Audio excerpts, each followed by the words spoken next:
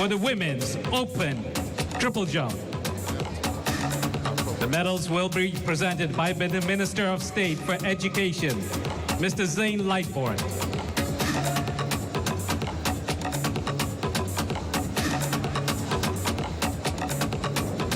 That's ongoing as well. Receiving the bronze medal, representing Columbus Isles, the Arawaks, Ariana Gomez. Who event was that? Ariana Gomez, we'll see.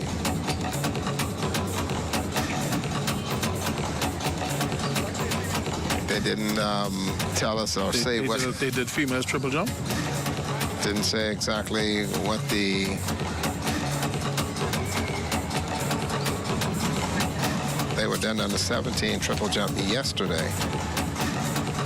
So there's track events. Some track events.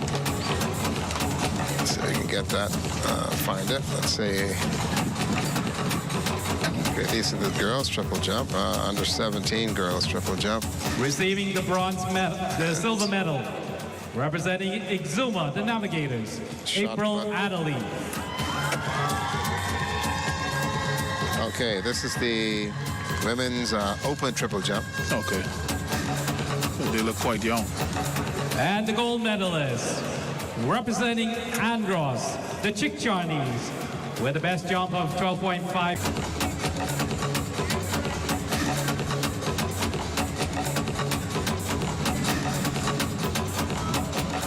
Up next, medal ceremony for the under 7s.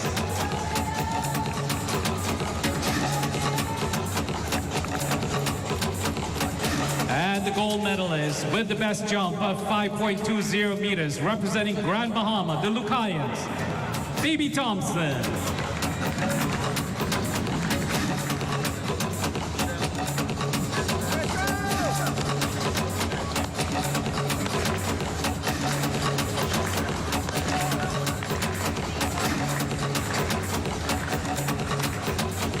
Congratulations to the under 17 girls long jumpers.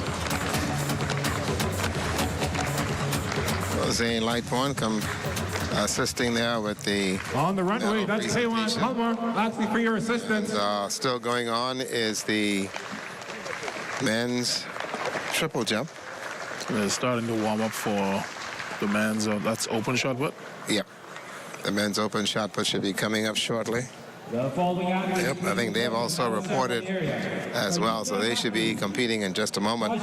The listing for them is some 18 athletes, so we're going to have to pick, choose, and refuse how we get through that. That's a huge field. A very huge field. And normally anything over 9 is supposed to be additional 3 throws. Okay. And here we are with 18. And so the rules have been broken from yesterday. And so it's now just a matter of being able to continue in that vein. And there is Jonathan Rogers. This should be his last attempt, okay. Yep. I believe he would have fouled the first previous, or second, because he was looking at the video. There you go, and to seeing exactly how far over he was. They've also changed the board, the saline. He himself was asking for the crowd. There you go. Like I say, he's a gutsy individual. Let's see if he can put something together here. He doesn't bow easily. Good speed. Oh, hey, wow. Very good jump. He's fouled. Let's see if it's legal. Doesn't look so. No. No. No, he fouled.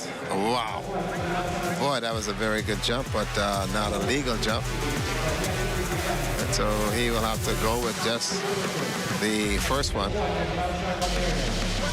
which was basically just a chop to the board and took off. And what they call it, the safe jump? That was it, the safe jump. And so there he is again, taking a look, and they can show him exactly that.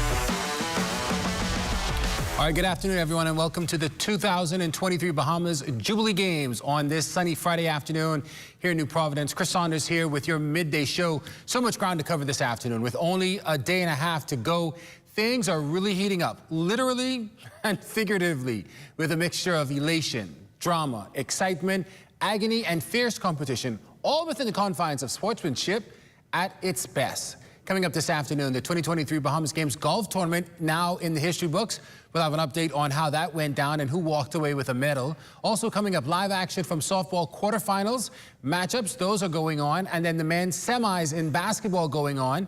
Plus live track and field action, the 400, the 800, and the ever-exciting mixed relays this evening as well. Speaking of track and field competition, the competition has been a game changer as it relates to the medal count. New Providence now leads by 2 medals overall, 149 to 147. We'll give you a full breakdown of that a little bit later, but we're going to head straight over to the National Stadium where Ricardo Lightbourne has the court that has the full rundown for that. And just quickly, so if you are interested in those quarters for softball, those are being shown exclusively on channel 230 for you to check that out. But we're going to head now to the National Stadium where Ricardo Lightbourne has the call with the open men's triple jump going on.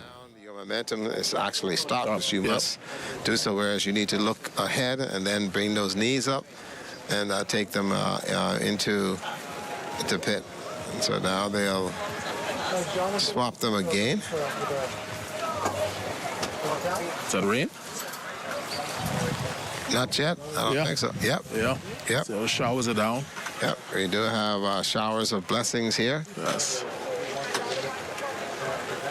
We've been informed that this is supposed to be a passing shower, but they've been passing showers over New Providence all day. Well, yeah. Because I think we needed that west to cool some of this weather down. It was in the west where it was raining earlier this morning, a very heavy shower, and then late this afternoon we had a shower here at the track. When we came in and had a shower, and here we are now getting just a tad little bit. So triple jump is done. That's it. Wow. So we have another triple jump is about to start later, right? Yeah, the under 17 boys. Right. Yeah. And that's 5 competitors. Five athletes, and so that's it for about 10 minutes or so. So we are a little backed up in regards to events. They're waiting for the hurdles, so they're on the track. So coming up also will be the hurdle events, and that's going to be the under 17 girls. They will run the hurdles and move on from there. So in the point scenario, we can say that New Providence has 301 compared to Grand Bahama 167. Andros has 160 points. Columbus Isles with 132 with 85 points is Exuma. Eleuthera with 85. Long Island has 77 points. And there's Abaco with 73. And then the Berry Islands and Mical will follow in that order. So that's the point system.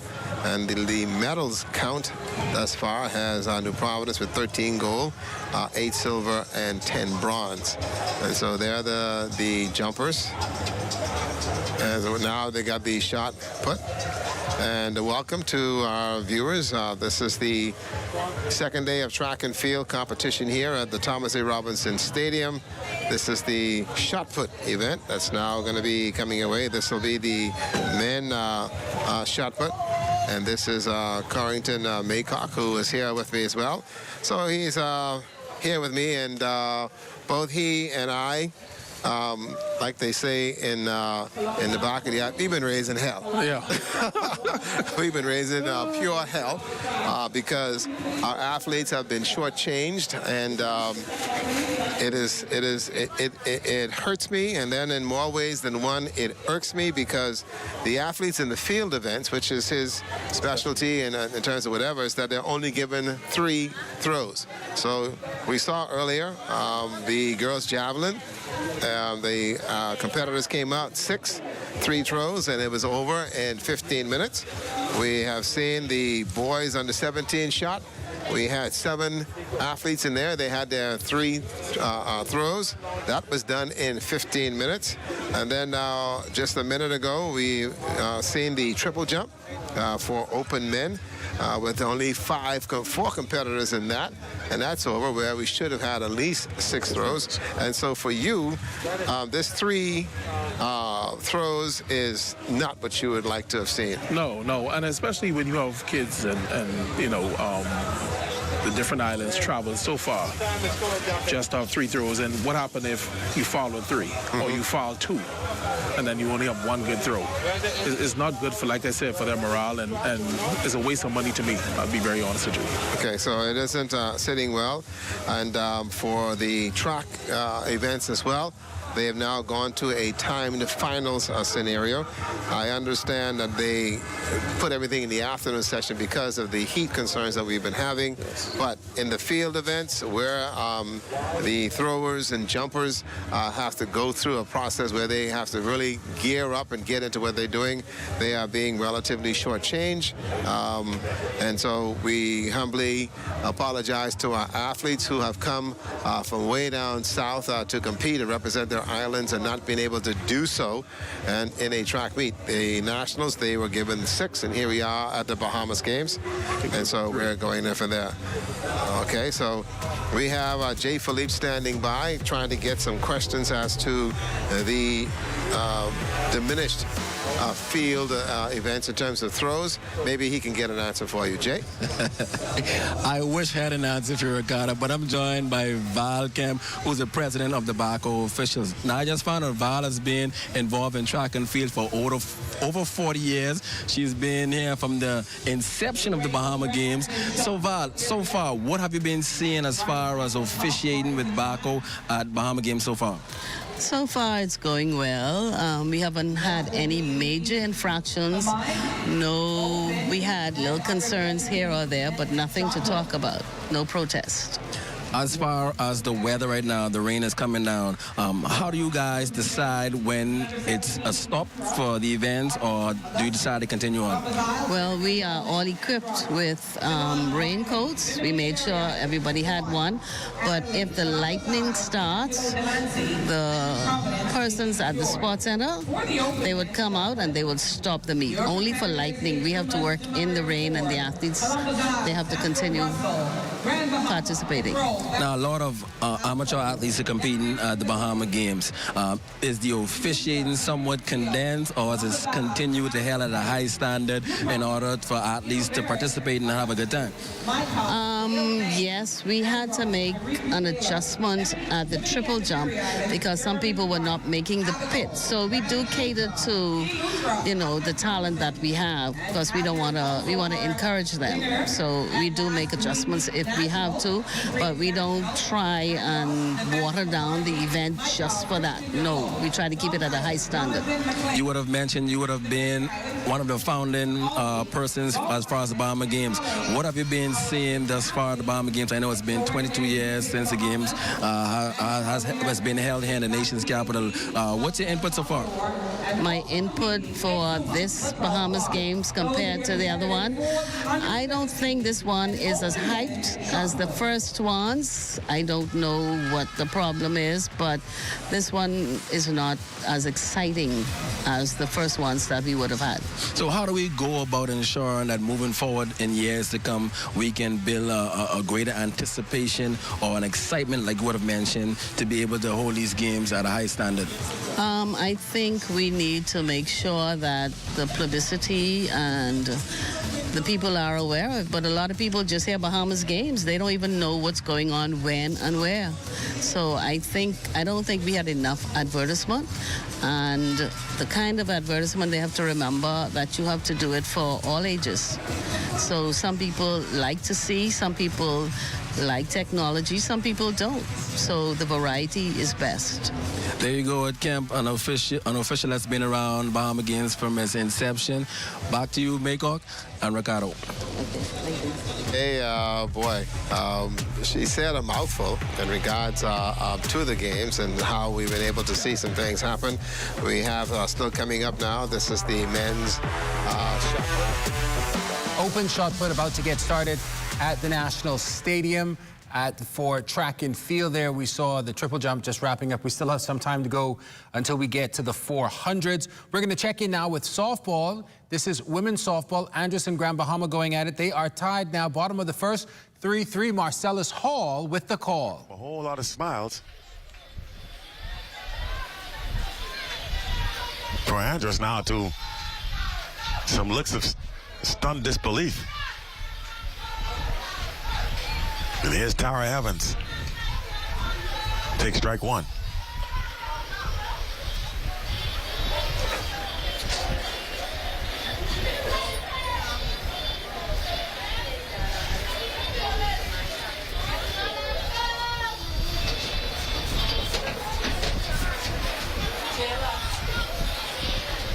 Oh, 1 pitch. Way high, ball one. We're still in the bottom of the first inning.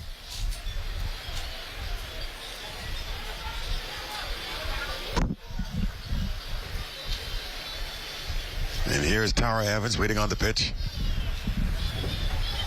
Swings and misses, strike one. So it's Evans on Evans. Strike two.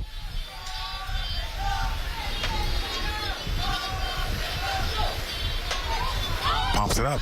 Catcher calls for it. Drifting over. Makes the catch and she drops it, so it's going to be a foul ball. Couldn't hold on to it.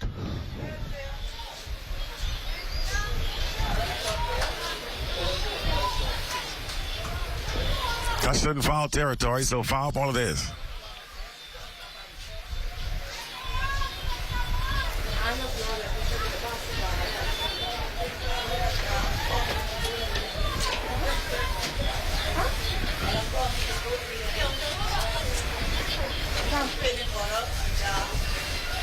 So they'll redo it. 1 ball, 2 strikes.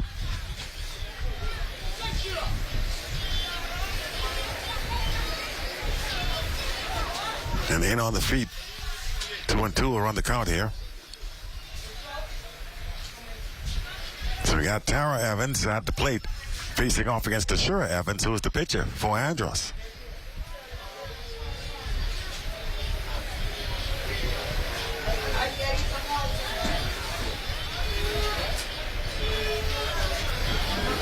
Two balls, 2 strikes.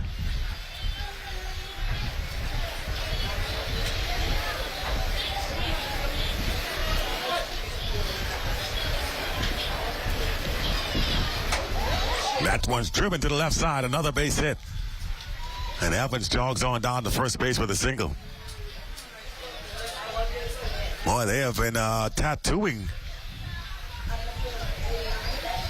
Tashira Evans here. Nobody out still, and all 4, I should say. And here's Jasmine Scavala looking to continue the trend. Throw down to second base as Evans hustles down, steals second base easily.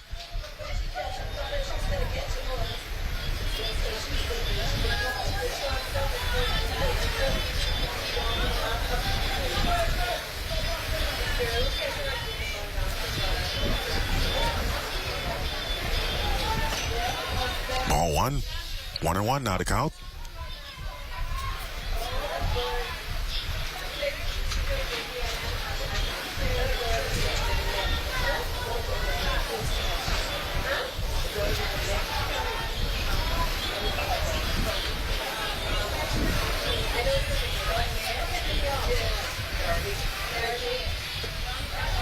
That's a strike, says the umpire.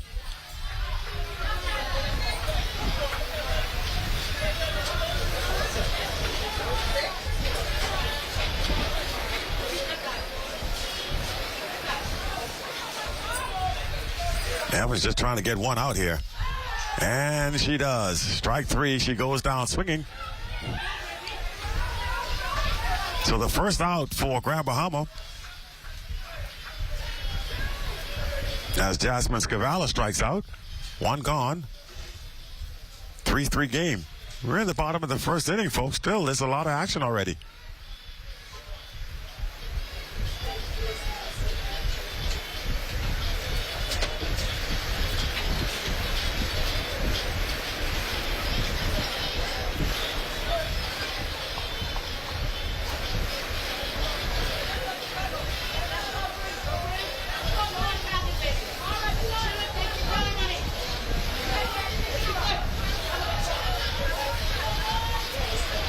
Stepping in now is Jasmine Roker. Her first at bat. Drops down the bunt. And she's going to be safe. Runners advance. Boy, she went up there and got a high pitch and brought it anyway.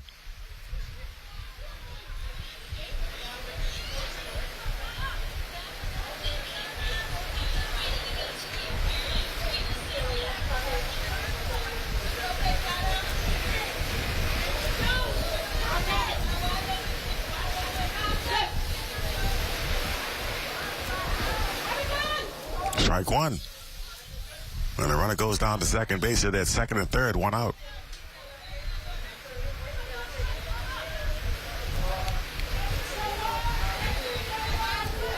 Ladonna Major, the first baseman, batting now for Grand Bahama as they look to take the lead. That one's knocked to the outfield.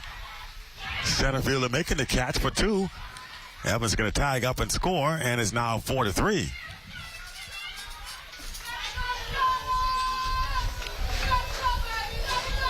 Sacrifice fly scores the go-ahead run, and now 2 away here for Grand Bahama.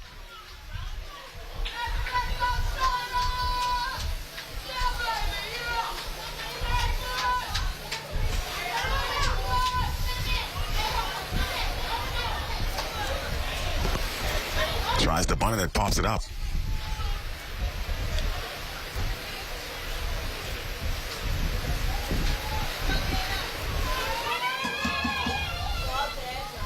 Oh, and 1 to count.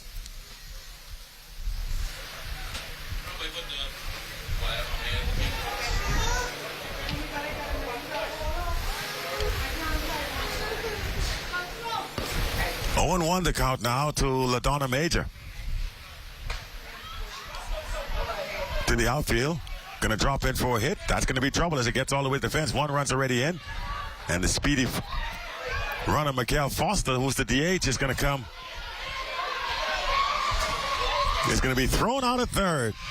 Got too greedy. And the throw gets her at third base.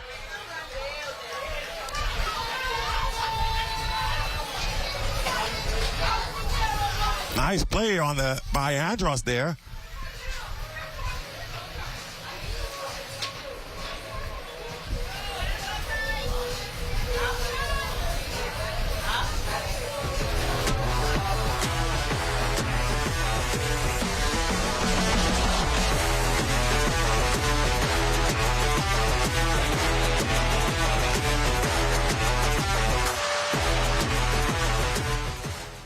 Grand Bahama up on Andros 5-3. We'll take a break from there. As we said, a lot still going on.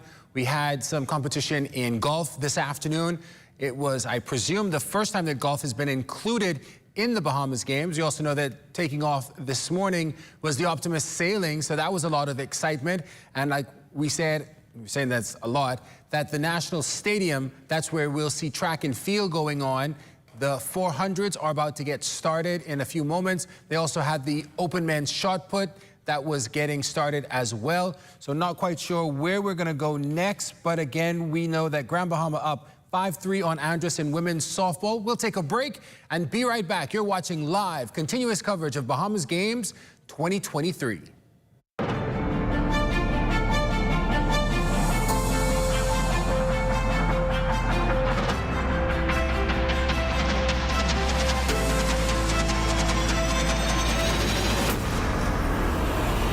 Of the Bahamas Games, brought to you by Ministry of Youth, Sports and Culture, J.S. Johnson, the Royal Bank of Canada, Independent Secretariat Committee, Bank of the Bahamas, Dalbenas Agency, Summit Insurance, Fidelity Bank, Teleport, the Central Bank of the Bahamas, Agape Church, Ministry of Agriculture and Marines Resources, Western Hardware, Mobile Assist, and by Original Patties. Now is the time to start living the life you've always dreamed of.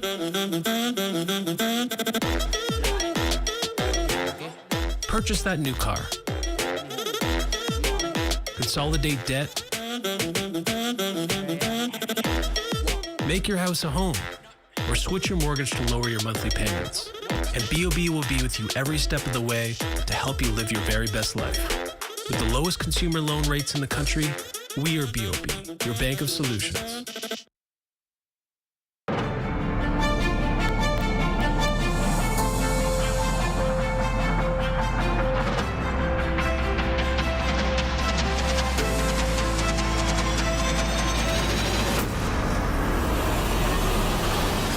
You're watching live continuing coverage of Bahamas Games 2023. Like we said, a lot going on this afternoon. Track and field 400's about ready to get started. Open men's shot put going on. Over at track and field, that's where that will be. Softball right now, Grand Bahama up 5-3 in women's action on Andros. That's going to be a doozy. They're heading into the top of the second inning there. But first, we're going to head over to boxing, where Ramiko Knowles is standing by for the call there at the C.I. Gibson gym. Your thoughts on the first fight?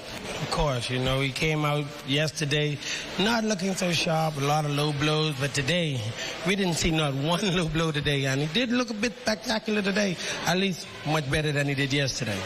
Ramiko Knowles, I'm joined by my co-host Toriano Johnson, and coming up in the ring now, we have Ronald Joseph of New Providence Buccaneers taking on Grand Bahama's Clarence Hepburn. We now go to the ringside for bout 2 of the night.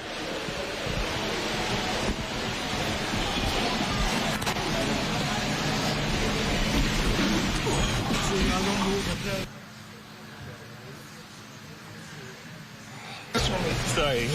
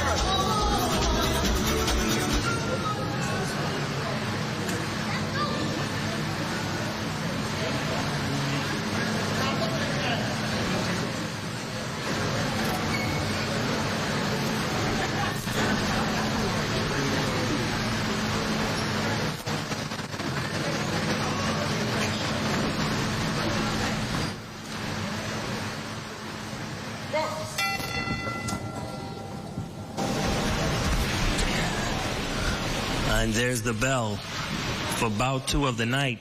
Ronald Joseph of New Providence taking on Grand Bahama's Clarence Hepburn. The semifinal round.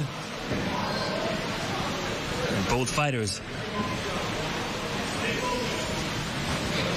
coming out swinging. There's a nice headshot from Clarence Hepburn of Grand Bahama to Ronald Joseph. And he will get the first 8 count of the night.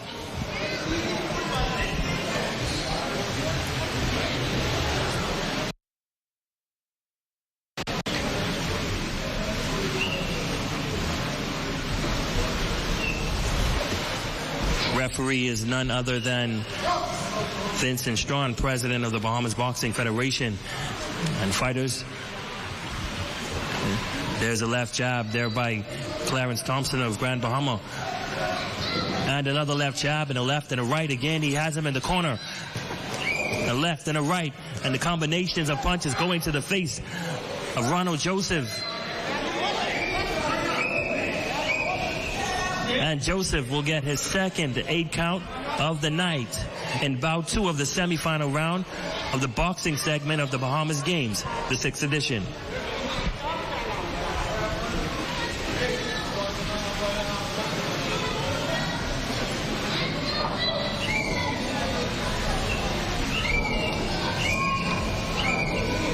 Coach of New Providence Buccaneers will now check the headgear of Ronald Joseph as he goes back to the corner. Both fighters back in action. Left and a right by Ronald Joseph and Clarence Hepburn. There's a left jab, unable to connect.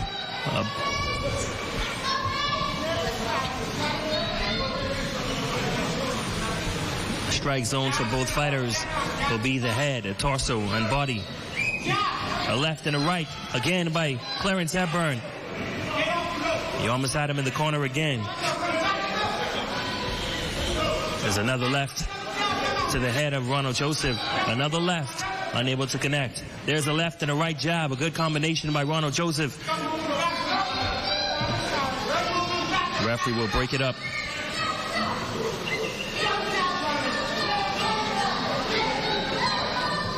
Vincent Strawn making sure Joseph is ready.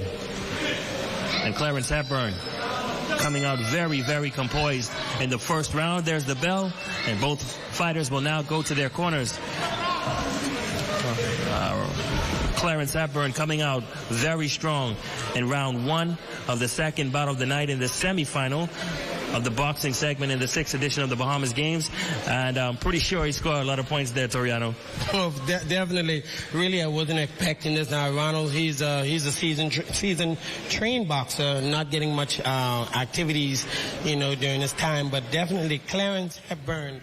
All right, so we're seeing the semifinal there between New Providence Joseph and Grand Bahamas Clarence Thompson going on right now at the C.I. Gibson Gym. Obviously, it's very hot out there, but we're going to head back over to some hot competition in the, it looks as if that's the under 17 girls 400-meter hurdles. We head now to the track and field stadium, the National Stadium, where our Ricardo Lightbourne is standing by. Ricardo. This is going to be a good one, and Oh, come on, get up, young lady, get up. okay, so she is going to fall and go from there. That's fatigue. Okay. So we're now to the hurdles. We're going to now make some adjustments here to our set. Say to my good friend, the answers will be coming to you, Brother Cartwright. Brother Maycock, so hopefully we will see how that all works out and see what the deal is there. Yep. But we're still here with the field events. We're still trying to figure out who leading the shot. And here we have an athlete here in the 400-meter hurdles. And okay, young lady, that's the way to do it. No, going, oh, nice. Okay. Nice. She's going to cross the line. Okay, and she will now get our medical attention. That's a gutsy move there. Yep. Oh, boy. Now she needs to stay down. Yeah, she's a stretch. And there you go. They will get some assistance to her right away.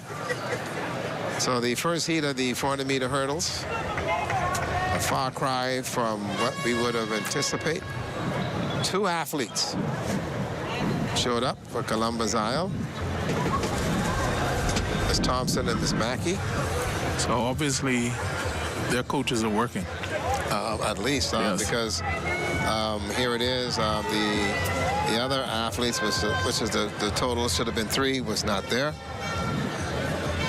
And so let's go to Jay Philippe so she can tell us how it felt running out there with only her teammate. Hey, but she won first place. Nevaeh Mackey, the under-17 girls, Bahama Games champions in the 400-meter hurdles. Nevaeh, walk me through that race. It was just 2 of you guys, but you managed to save the best for the last. I was just trying to make sure I finished my race and make sure to clear all the hurdles. And clearing all the hurdles, especially the last 2 hurdles, seemed like it was somewhat of a challenge. How was you able to mentally overcome that challenge? I just remember to keep pushing and finish the race no matter what. Your teammate got injured on the last hurdle. What's going to be some words of encouragement for her? I'm just going to make sure that she is okay and make sure that she does fine and give her a big hug after I finish, after she's well. There you go. Sounds like a good teammate. Nevaeh Mackey, the under-17 girls 400-meter hurdle champion. Back to you guys. And again, she hooked the hurdles and going from there. So that's Nevaeh Mackey. We're also joined by MZ Burnside, who is also a specialist in the hurdles. And I don't know about him, but I can tell you from what I've just seen, where's the athletes for the 400-meter hurdles? And now we only have 3 in the second heat. These are time finals. You have from Grand Bahama, Kaylee Pratt, who's supposed to be in lane 2. In lane 3, it's supposed to be Andres Angel Pratt. And then in lane 4 will be Raven Young. And look like out there in lane 7, it's going to be Deshae Miss Dora. And so those are the athletes. So somebody need to tell me, Mr. Burnside, how are you today? I'm good. How you all doing today? Pretty good. Did you go to the call room and find out why the athletes didn't show up?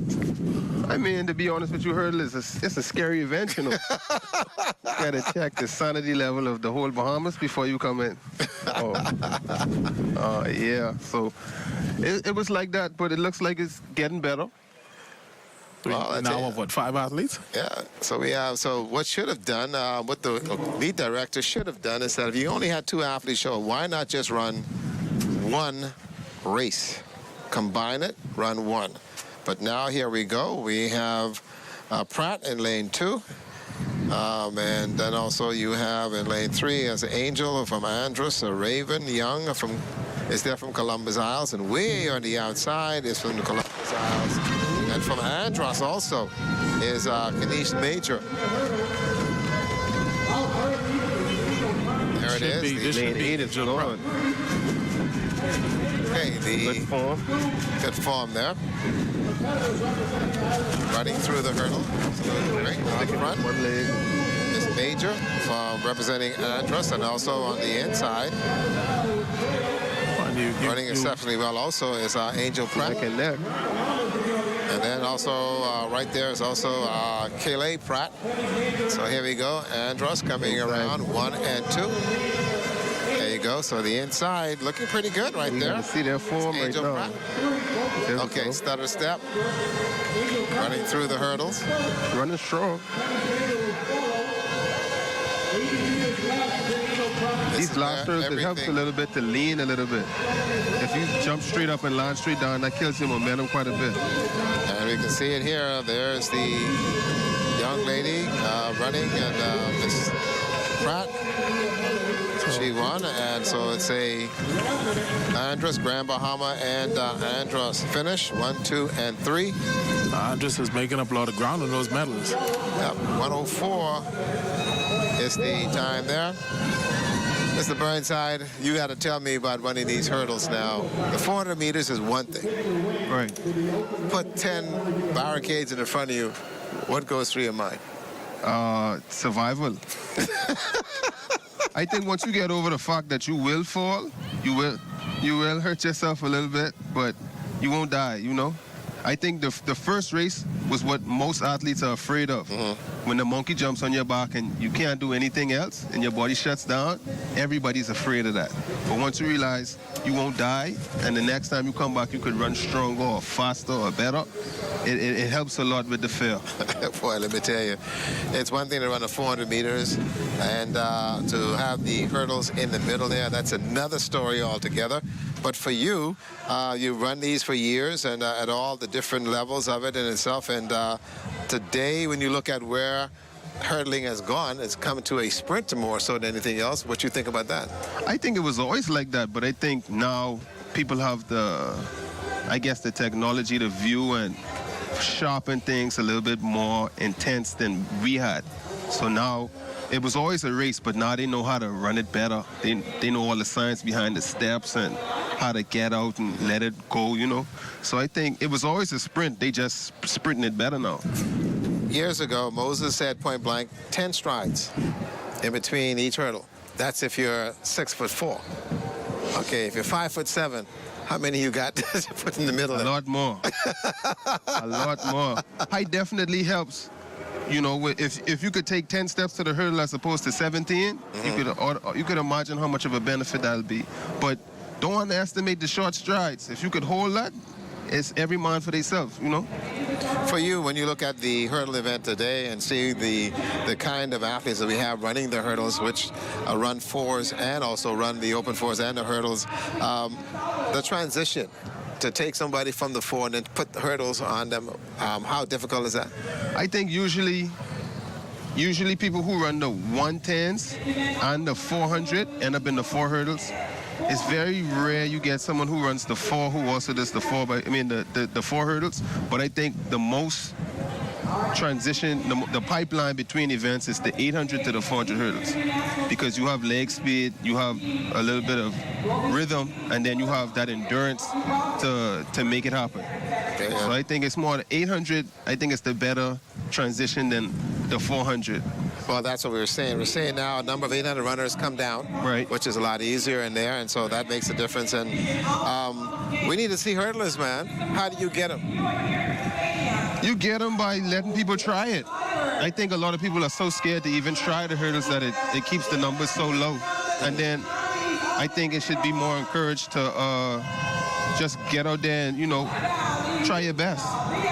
Hurdles is a scary event. It's like the 800. So once you get more people to come out and you can actually see it, then people will be more inclined to actually participate and try. I tell you, you are to be congratulated in terms of what we're able to do. I ran one hurdle race in my life, and that was actually up there when I was in college for points. Right. We have dual meets. Right. You fell in love. No. I never been. I ain't went back after that. Hey, Ronnie said I ain't going back. What stopped you from trying it again? 400s are fine for training. Right. In terms of whatever. Running the 400 wide open and then having to deal with hurdles and running the hurdles and a stride to get across the hurdles and maintaining it, getting to the hurdle, right foot. Then I turn around and get to number 3. Goodness, left foot. Yeah. And so trouble. So it's an endurance thing. It's definitely endurance. You can't avoid that, but it's definitely not just endurance. It's speed too, because you could get around the track as comfortably as you want, but if you're not doing it fast, then it doesn't matter. It's a balance between hurdles. It's a balance between rhythm, endurance, and speed. So it'll keep your plate full. Absolutely, and I tell you what, you've been one of the better ones we've seen in a very long time. And we're still waiting now for the 400-meter hurdles, and this is for the under-17 boys. They have not brought them to the track yet, so that's going to be coming our way. We've got we got 2 heats there as well. Again, these are all-timed finals, and so we'll see whether they will combine them, because the first heat is showing us that they've got 8 athletes, and then the second heat, there's supposed to be actually 4 athletes, and so and then it's a matter of who shows.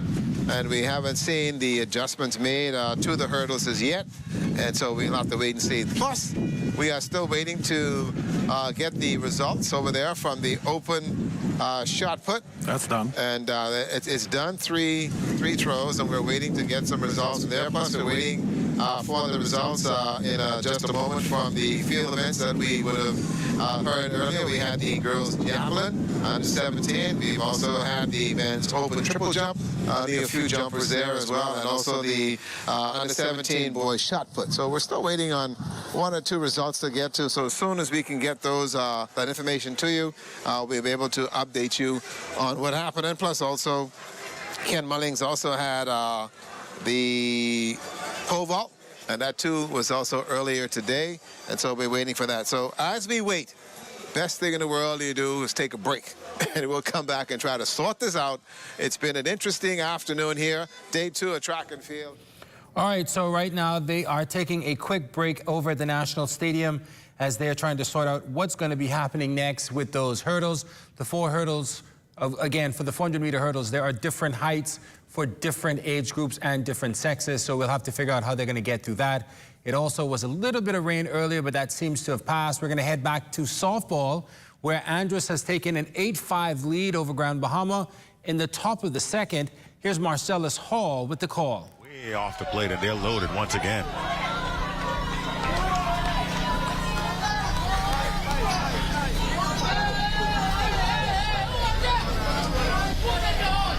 So a little pressure building now for Grand Bahama.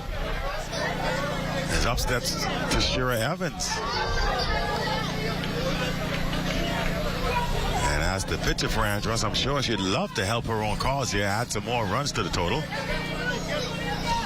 Strike 1. She was taken all the way after 2 walks issued. She was not going to offer at the first pitch, and perhaps good idea, but considering what's at stake, may not get a better pitch to swing at. And she fouls that one back, 2 strikes very quickly. Looked like the exact same pitch she took for the first one she swung at for the second. 0-2 now, so little Evans on Evans going on here as Tara Evans trying to close out this top of the first.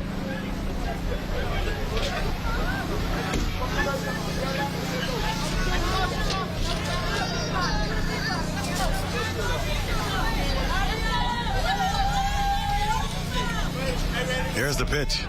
Outside for a ball. So Tara Evans trying to get that outside call. Didn't happen for it was too far away. And now it's 1 ball, 2 strikes here. And the quick pitch coming into for Tashura Evans. Grounder to the right side.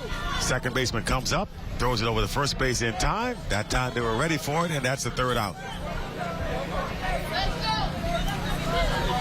But not before Andros puts 5 runs of their own on the board. They now have a 3-run lead, 8-5.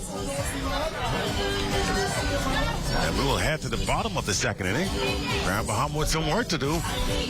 We got ourselves a barn burner going on here, a run scoring festival to this point. So only 3 games played today as these were the last set of regular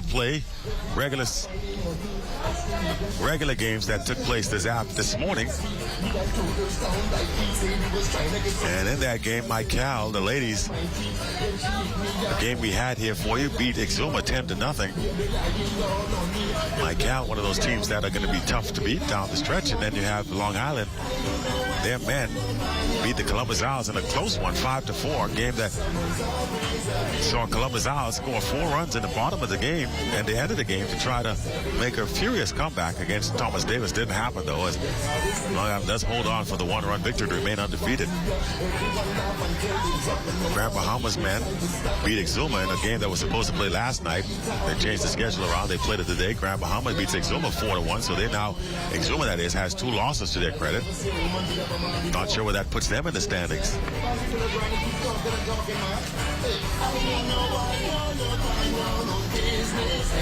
Exuma was expected to be one of the stronger teams in this men's play, but remember they had some controversy surrounding Anthony Heath Bethel, who was not allowed to play. That diminished their pitching staff.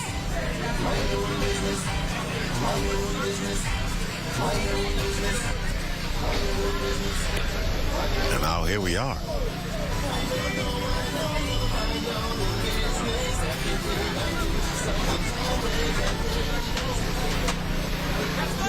So we head to the bottom of the 2nd inning.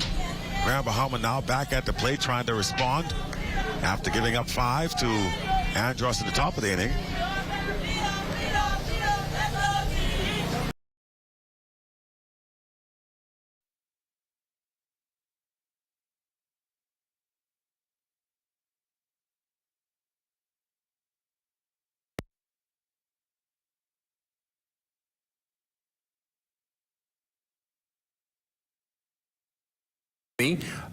At the Bankers Field, again, there's been some weather out there. It's been raining a bit, so we're going to try to see if we're going to get back out there.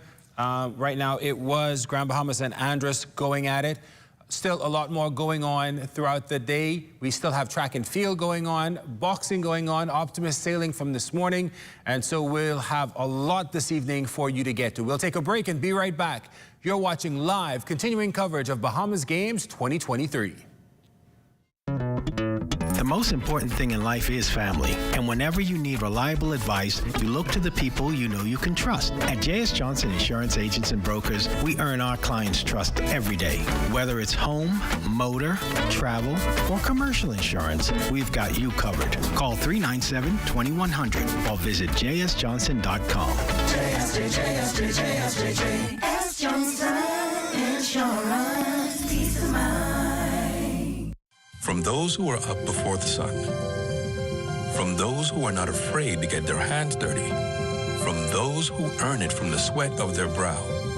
Through cuts and bruises, long hours in the scorching heat. We are dedicated to creating a cleaner Bahamas for all. From those who bleed these colors, just like you. Standing on the shoulders of those who came before us, there's no way we can fail. Although the road was not easy, we got through it together. From every shoreline to every park swing, and we are just getting started. 50 years down, forever to go. Happy Independence, Bahamas. From the Bahamas Public Parks and Public Beaches Authority.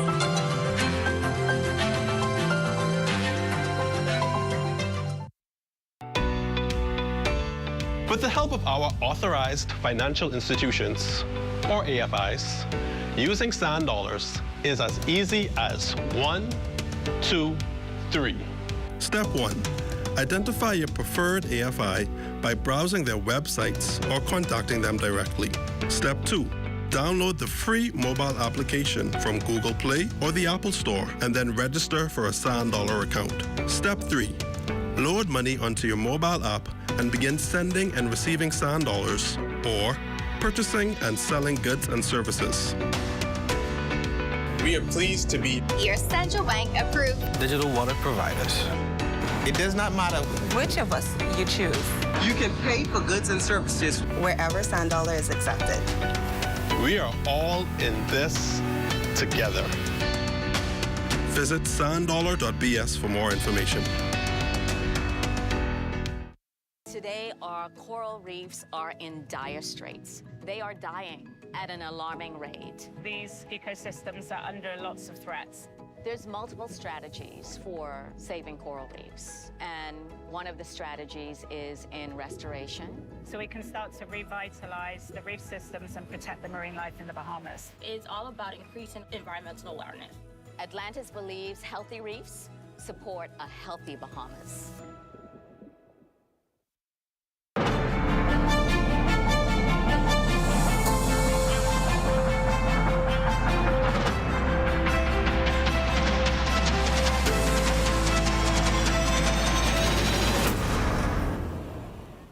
All right, it seems what happened out there at Bankers Field that there was a power failure in that area. We've gotten backup out there. They took a slight break to get everything back in order. It seems that power has been restored to the Bankers Field. And right now, Andrew's still up 8-5 on Grand Bahama going into the bottom of the second. We head over to Marcellus Hall. Too aggressive on the base pads. And that'll be one gone here for Grand Bahama.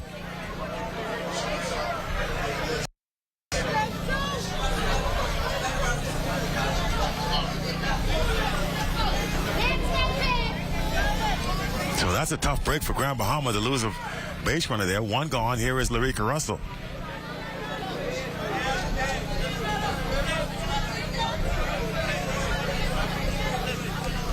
And she's going to be hit by the pitch.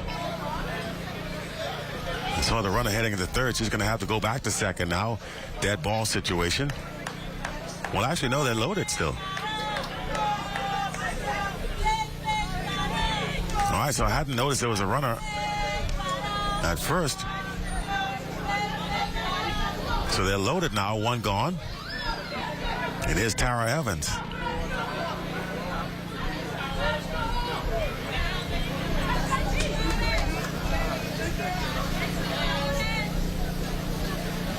Tara Evans now trying to, she's batting cleanup for this team, so they got some big expectations of her. That's strike one. Runner at second taking that lead there. Like, almost as if she forgot there's a run in front of her at third.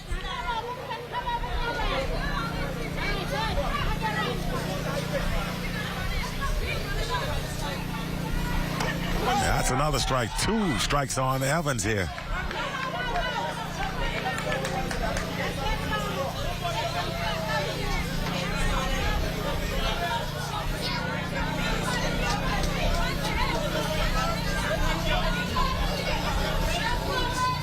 Two quick strikes now. It's 0-2. Up on the top, that's going to score a run. So the pass ball allows Grand Bahama to get at least one here. And also takes away the double play opportunity. They're at second and third with one out.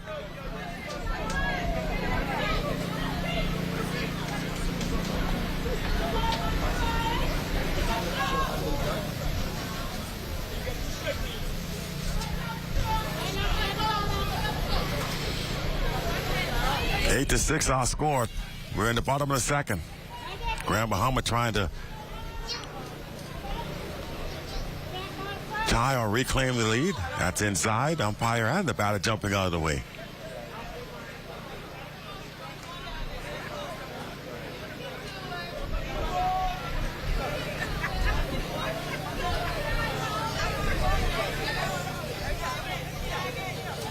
1 ball, 2 strikes here to Evans. And she swings at one above the head and fouls it back. See, Sydney Thomas is like, what are you swinging at?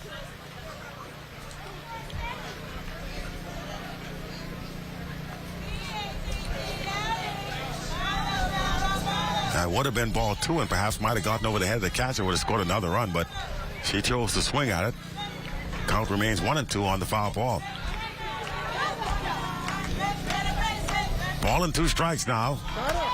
Hard hit. And foul. As you can see, a lot of that opening in the fence down there. And a lot of debris as well in the left field corner.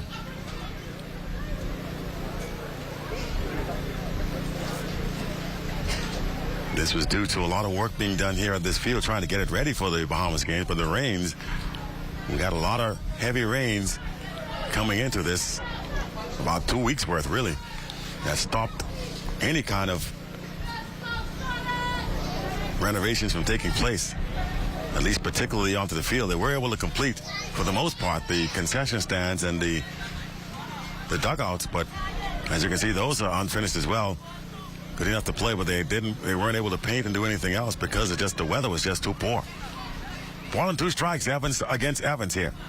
Hard hit, left side, fair ball. Well, apparently not. They're going to say it's just foul just on the outside of the line. So the runners will have to go back. Boy, there's Larika Russell. She was already on her way to third. So a couple of hard-hit foul balls here from Tara Evans. I don't know how much control Tashura Evans has, but if it were me, she's pulling everything hard like that. I would try to maybe go away a bit. Something down and away and see if that maybe works. She goes down, not away though, and it's a ball. 2 balls, 2 strikes.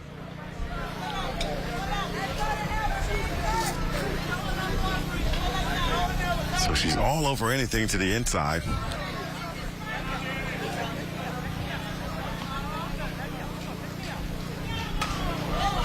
And again, she hits it hard and foul.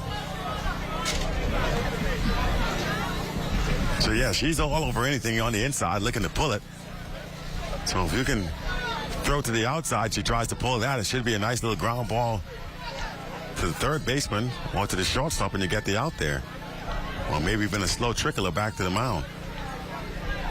She's right on top of that plate, looking for anything on the inside she can turn on. See, they went away, and that's going to be ball 4.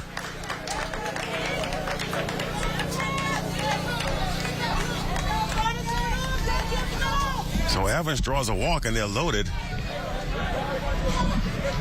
with 1 gone now for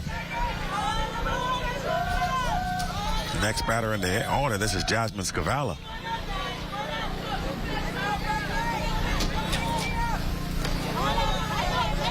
Knocked down by the catcher, doesn't know where it is, but she finds it in time to avoid the run trying to come home. Ball 1. Jasmine Scavala, the catcher, at the plate now for Grand Bahama. 8-6 our score, bottom of the 2nd inning, 1 away. And timeout called by Scavala.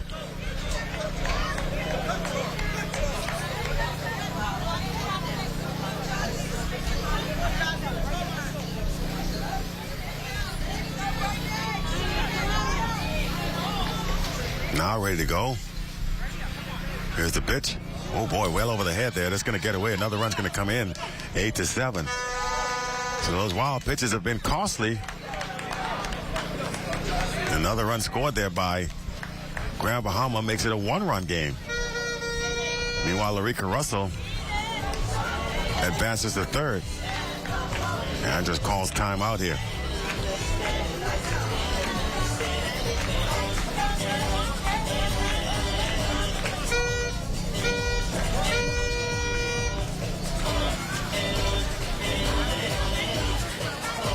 Andros Chickcharney's up by 1 here at the bottom of the 2nd inning.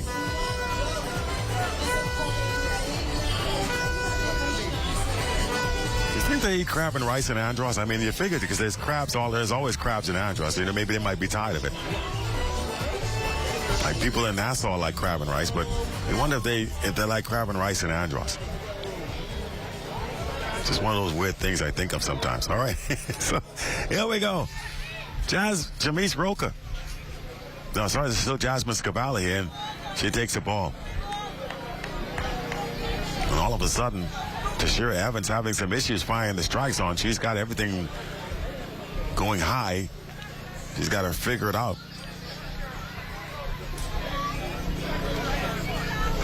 Here's Evans at second. Here's the pitch to Jasmine Scavalla. Pops it up. And that's going to get out of play for a foul ball.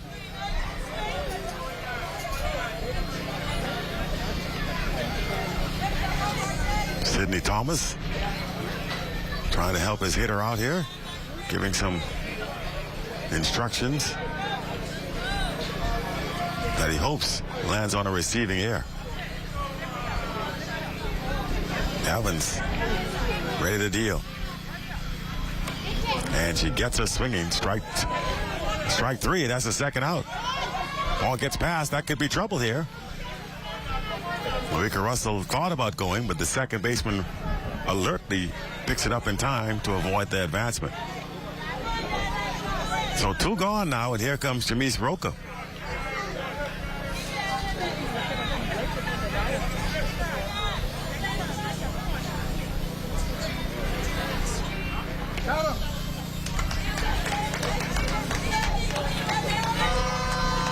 So my correction, I thought that she struck out there. That's what it looked like.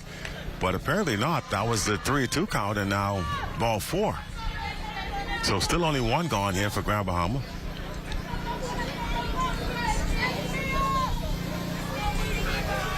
And now they got runners on the corners, first and third. Actually, bases loaded. Ball 1. Jamise Roca now is at the plate. Left fielder for this Grand Bahama team.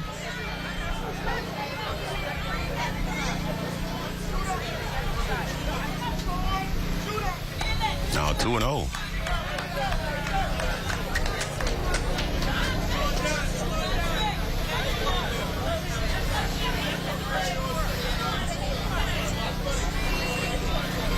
Two balls, no strikes.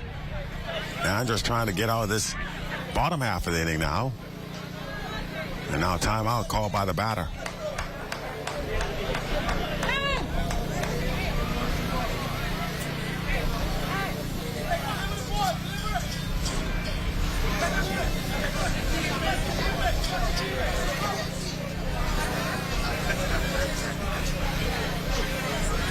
And now we have some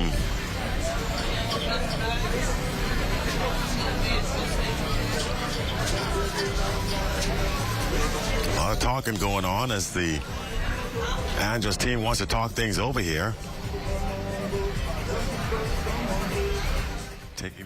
So right now, Andros up 8-7 on Grand Bahama in women's softball over at Bankers Field. Like we said, a lot going on. We're going to head back over to the National Stadium where the 400 hurdles for, I presume, under 17 boys is about to get started there with Ricardo Lightbourne with the call.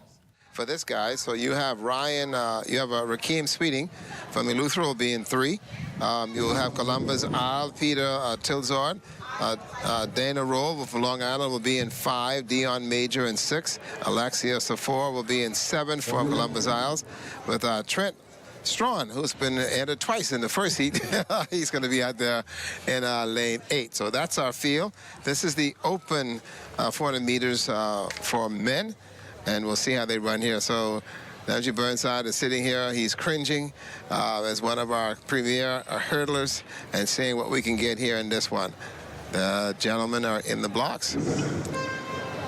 Cringing because I see the potential. I'm surprised. Kane Smith, he ran 49 this year, but he had to go back to Canada at a beat. That's why he's not here. Okay, 49 is very impressive. And here they go, and out front That is from Long Island, Trent Strawn. He's out there and running by himself, but now the middle of the track, you can see the staggers are now being made up, moving very quickly from Columbus Isle, and that's Peter Tilzord. He's leaning into Rankin it. speeding. Tilzord out there and still looking pretty good. Trent out there, and so now he look over and he sees who's there, but here we go. Columbus Isle, Peter Tilzord still running. And he's looking for that finish line, and he will cross it. I feel like everybody's finishing very strong, too. Coach Charlton always told us the first 7 seconds of the race are free energy, so you could run as hard as you want. But what happens in the last 50 to 60 meters of the race? That's why you have to do your hills and your 500s, 600s. Running hard in the beginning of the race don't mean you can't hold it, you know. It sets you up for a better position to end. If you run slow and try to kick, sometimes Lactic acid don't like the sound of that. So if you run out, you let that momentum carry you as far as you can before you have to then press the gas. Because at the end of the race, when you press gas, you're not picking up any speed.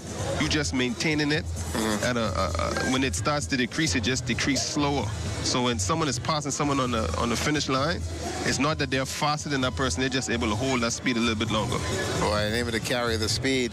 That's exactly what they're talking about carrying the speed as far as the runners who are running, for example, the hurdles, 400s, the 1s and 2s. Those become very, very essential to see exactly how they're able to make that run. We're still waiting on the official time there, but we can tell you that Columbus Isle right there will pick up the goal in the men for open 400-meter hurdles, and that's Mr. Tilzord, and then also in second place from Long Island, Trent Strawn. He's there, and so we will be able to get that to you. We had earlier the girls 400 meters also was run the hurdles, and we'll give you those results. But before we do that, let's go to Jay Philippe, who's standing by. Jay? Hey, Carter, I'm enjoying with Peter, who just ran the 400-meter hurdles. Peter said this is his first time competing in this event in almost 2 years, but he still managed to come out on top. How you felt about the race? I mean, it was competitive because I run with a D1. I run with people who do this before in past time. And I did my thing as I run the 4. So thank God for that.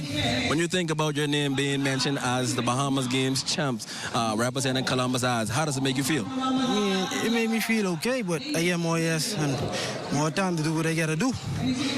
There you go. Peter sounds like he's not content, but just the race just now, he has more work to do. Back to you guys. Well, he made a very good point. He's only 18 years of age, okay? And so he's got a future. He's a 400-meter runner, just jumping there to run.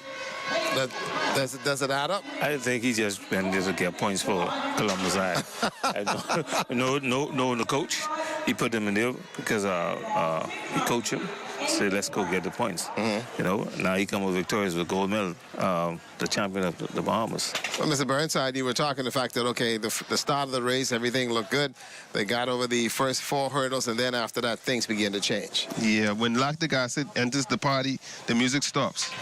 So whether you feel like you could do it or not, when lactic acid enters the party, everybody knows he's here.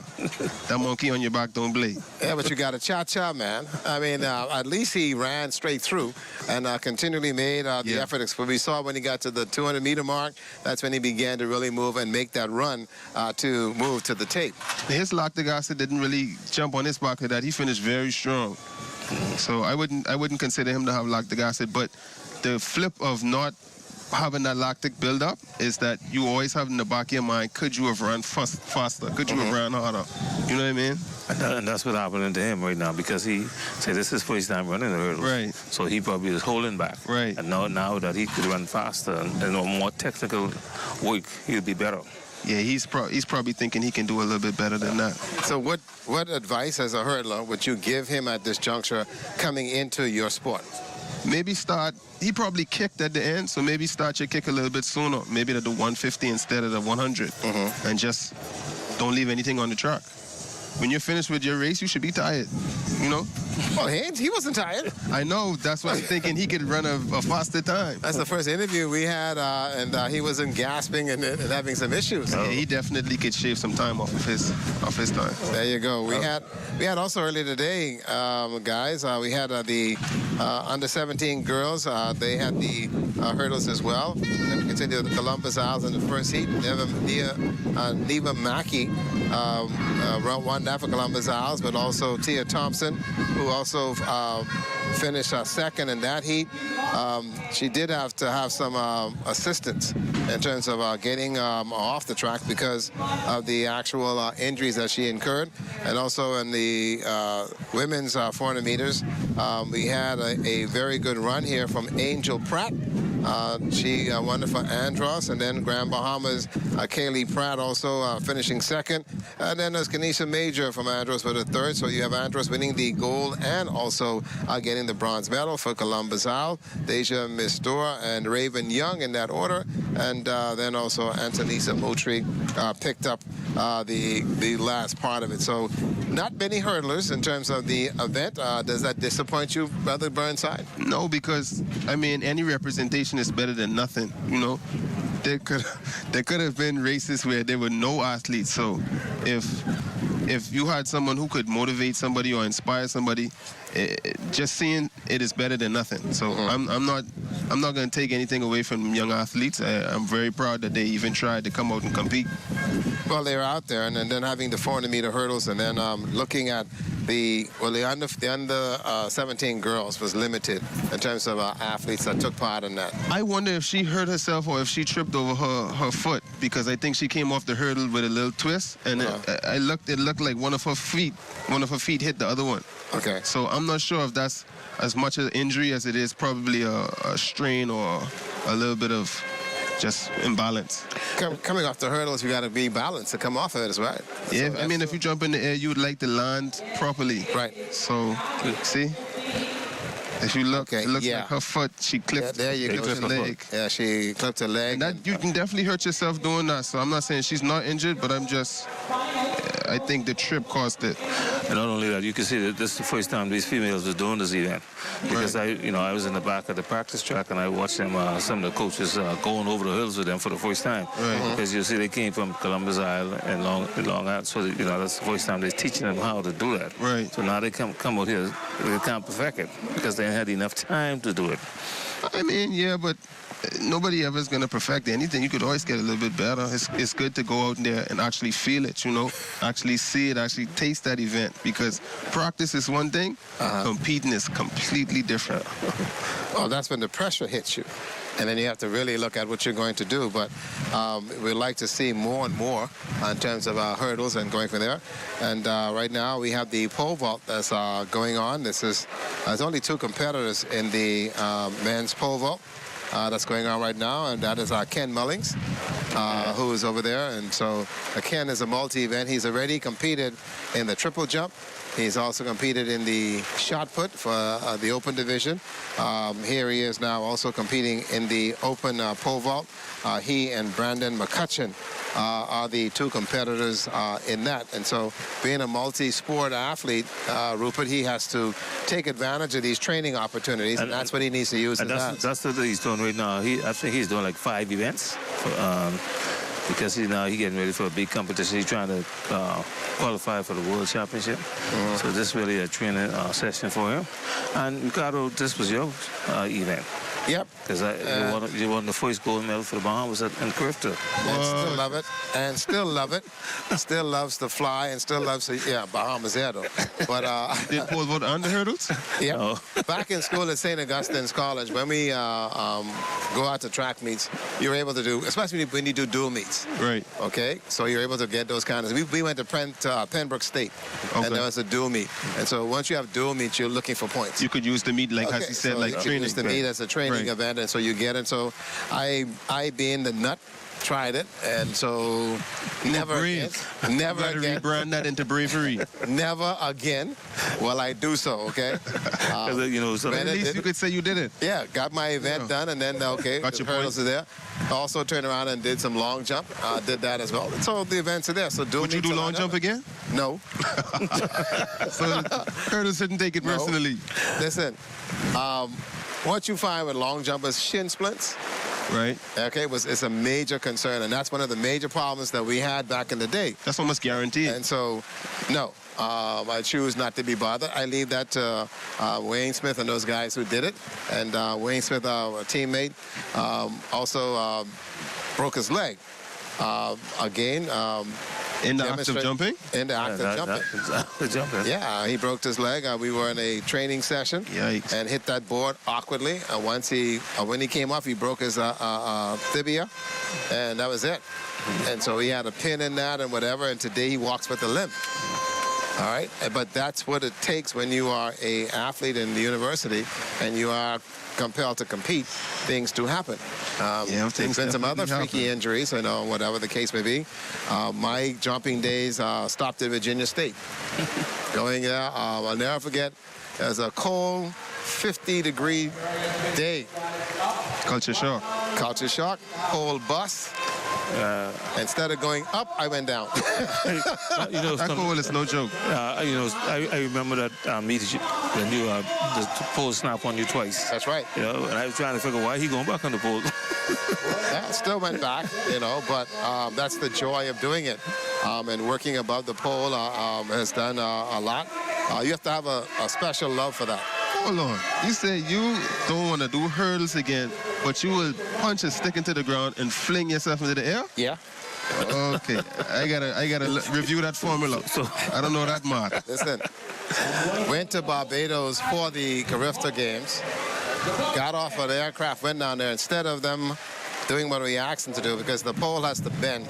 Right. You tell them you cannot put wooden back to the stop. No. Okay. Oh, you don't know what you're talking about. I said if I use my pole, it's gonna break.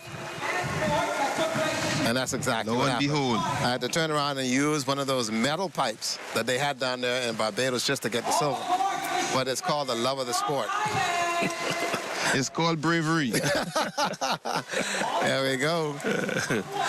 Seeing if he can make something here. This is the second competitor right there competing, Brandon. Let's see if he can get over this. And he's brave. No, he's totally wrong. Oh, no. One thing he's doing is that it's raining and you cannot hold on to the pole. And that's exactly what he's doing. He's holding on one leg. You cannot hold on to the pole. Whatever you're trying to do and trying to hold on to that and trying to get over it, that's not going to happen. And you do not pole vault in the rain. His best bet is to just be patient now. That's the cardinal sin. You don't do it. It is not heard. I don't care who or whatever. That is dangerous for the officials to allow them to compete at this particular juncture in the rain. That event has to stop and wait until that happens, because this young man can turn around and with his hands can get hurt. So many different ways to get hurt with pole vault. Okay. And that's one of the ways. And that's one of the ways right there. Rain, slippery conditions, and you can go over there. And that's exactly what Ken is telling him, buddy. You can't go out there and turn around and try to hold on to a pole. You don't have the covering to keep that live. Then two, in most cases, we use stickum.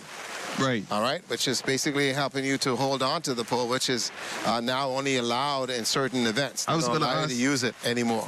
Is it the same standard of the stickum, or is it a different? No, it's a spray, a spray stuff. I call it stickum. It's spray that you can spray onto the actual pole. It's adhesive. And then you can hold on to it, right? And that's the ones that we use. But right now in the rain, even if you spray it, okay, you still can slide down the pole, and you can also find yourself in a very dangerous situation. So you do not want that to happen, even though right here, he's carrying the pole wrong.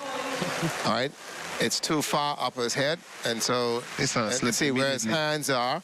He's not going to get anything out of that. All right, he wanted to use his power to pull himself over the pole, but that's not going to work. But he saw where his hands had slipped down very quickly, and I'd recommend that he wait until this squall.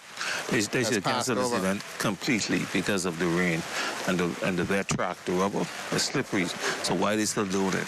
That's it. Well, everything else is stopped here at the Thomas A. Robinson Stadium because we are under showers. We lost power Now we are under a rain delay. So that's what happens here. This looks like a Passover. And Passover. We saw it rained earlier in the western part of the island this morning, and it rained this afternoon up here in the eastern part of the island, and here we are in the central part of the island, and we're getting ready to go. But they are going to go with the 800 meters. Unless there's lightning, you're going to run. We don't stop. What's the craziest thing you've seen happen to a pole vaulter? Snap the pole, and rather than the pole breaking away, when the pole vaulter gets actually jabbed with the end of it, and you come down on it. And so it's a dangerous event, and that's why I said with the rain, there is no way in the world they're supposed to let them continue with that event. It got to be dangerous when you go on a pole and turn upside down to go up. Yep. And if you slide, then you lose, and you're going to be in trouble. The 800 meters is your next event. This is the under 17 girls. And I wonder if they're going to combine this. There's actually supposed to be 2 heats in this one. From the Providence, it's supposed to be, from Columbus out, it's supposed to be Azera Dean, and then also Destiny Bell of the Berry Islands, Isaiah Evans of Andros, Zip Thompson of Grand Bahama, Diana Franzik of Eleuthera, and Beta Humes of Zuma, and also from New Providence. I'm trying to see who's there from New Providence. Akempi? I think that's it, Akempi? No, she's not there. Okay. And so she's not there, and so here we go. We have the field, and this is the under 17 girls, 800 meters, and the rainy conditions here at the Thomas A. Robinson Stadium. The ladies will run to the 300-meter mark, and then they will venture to the inside of the track.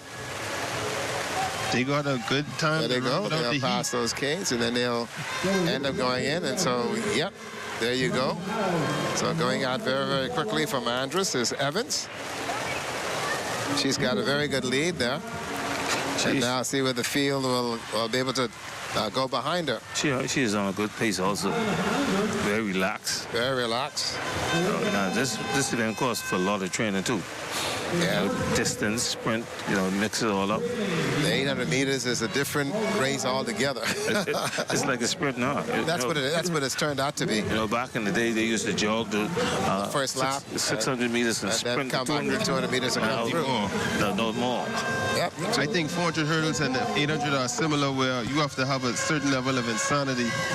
When in the hurdles, you have to run fast and jump over something. In the 800, you have to run fast and pass where you just came from again in order to complete your race. You know what I mean?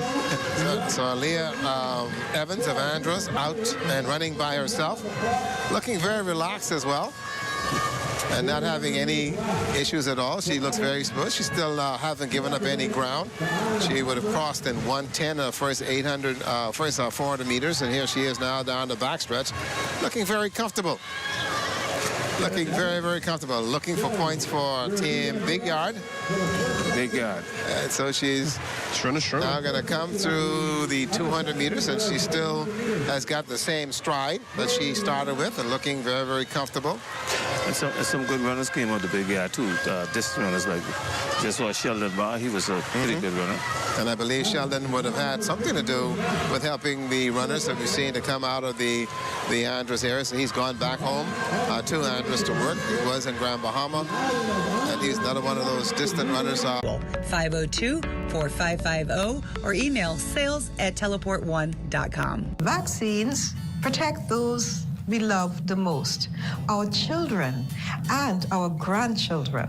I vaccinated my children to protect them. Getting your child immunized can protect them against diseases like polio, measles, whooping cough, and others. So protect your child today by getting them immunized. My grandchildren are vaccinated. You should do the same. Vaccinate your children and your grandchildren and make sure they are safe. Vaccines are essential for new and returning students. As you begin back-to-school preparations, ensure that your children's vaccinations are up to date. All vaccines are available at all public health clinics.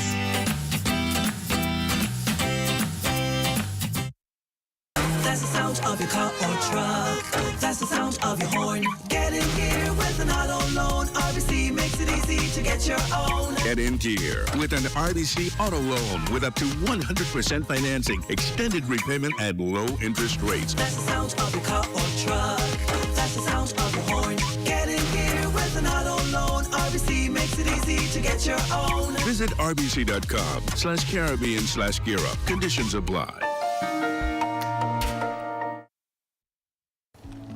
Car insurance, home insurance, marine insurance, this insurance, that insurance. The truth is, you may not like it very much, but you need insurance, and it has to work for you.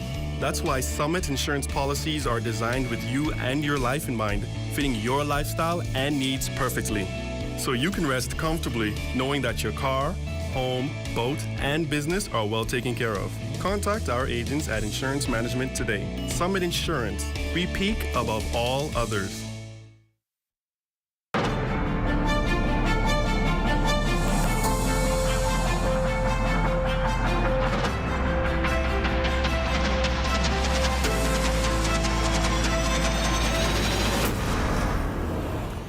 All right, so we've got a lot going on right now here in Bahamas Games, continuing coverage 2023. We understand that the power at the National Stadium has gone out. They've had some experience with power problems at the Bankers Field where softball is going on. Women's softball was underway with Grand Bahama and Andros going on. The 800s in the under-17 girls had just started. The first heat of the under-17 girls 800 had just started moments ago when we lost power there. We're going to see how that is going to come back online. Just for clarity, for most of the track events, they will not stop running because of rain. They will stop running if there is lightning and thunder within about a 5-mile radius, and they will, what they call the flashbang method, determine that generally. However, when you have field events such as discus, javelin, pole vault, they will generally stop those events because it's very difficult and very dangerous to be using those implements with it wet. They may go flying all over the place and could injure not only persons at the stadium, but the athletes as well. So we're trying to find out what's going on at all of them. And so we're still also waiting to see what is going on at. All right, so we're going to go now. This is live coverage back at the National Stadium. We're seeing, this is, I presume, the under-17 girls' second heat. This is probably the back half of this 800. She seems to be coming very strong here. About a 20-meter, pardon me, lead right now. As she comes in, she's going to cruise in to pick up what presumably will be a strong finish. Cannot see the time there. A fight for second and third. I think that's New Providence that came second, Golden Isles that came third, and it looks as if that was Exuma that came first. You can still see some of the rain there at the National Stadium. That is slowing things down there. So this is going to be a long night for track and field, especially where you also have those field events that are going on. So we'll try to see what's going on there. Like we said, the Bankers Field also experienced a power outage earlier. They will sort of be a little bit more cautious with rain and thunder and lightning at the softball stadium just because of the aluminum bats that are involved there. But generally, those two sports, soccer as well, swimming, does not stop because of rain, but will stop because of lightning. I'm not sure where we're going to go next. I know that we had boxing from earlier today, that we have canned from yesterday, and we said like boxing got started yesterday. They also had some matches that did not count towards medals. They were exhibition matches. Ramiko Knowles had the call yesterday. Okay. Ladies and gentlemen, as the referee checked the judges, thumbs up, wheels up, let's go. It's showtime. Gentlemen, welcome to the C.I. Gibson Gymnasium for the start of the boxing segment, all a part of the 6th edition of the Bahamas Games. Let's head to the ringside. Currently, we have Latino Smith of Michael and Milton Newbold in the first bout of the night. I'm joined by none other than Toriano Johnson, who will be providing commentation along with me tonight. I'm your host, Ramiko Knowles, and let me tell you, this is going to be an exciting segment. As you can see in the ring, we have two young men representing their islands, Michael and Exuma, 13-year-old Latino Smith, and 12-year-old Milton Newbold. Latino Smith dressed in the black, and Milton Newbold in the red. Okay. It's an 8 count.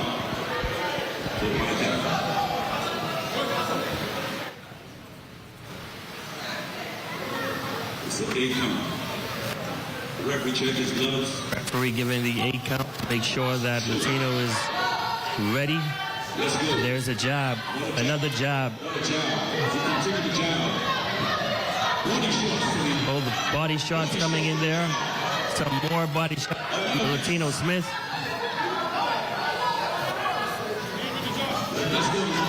Another good hit, a great hit by Milton Newbold of Exuma.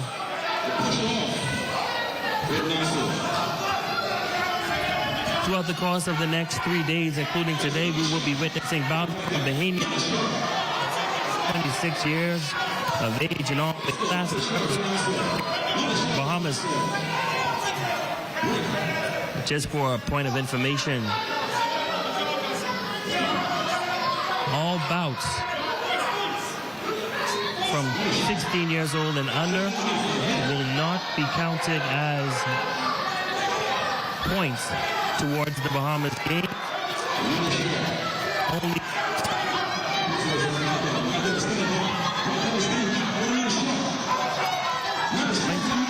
towards the Bahamas games. And so what we're witnessing now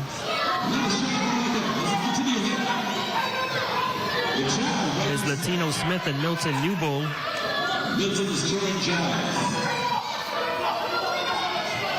And the jabs are going in.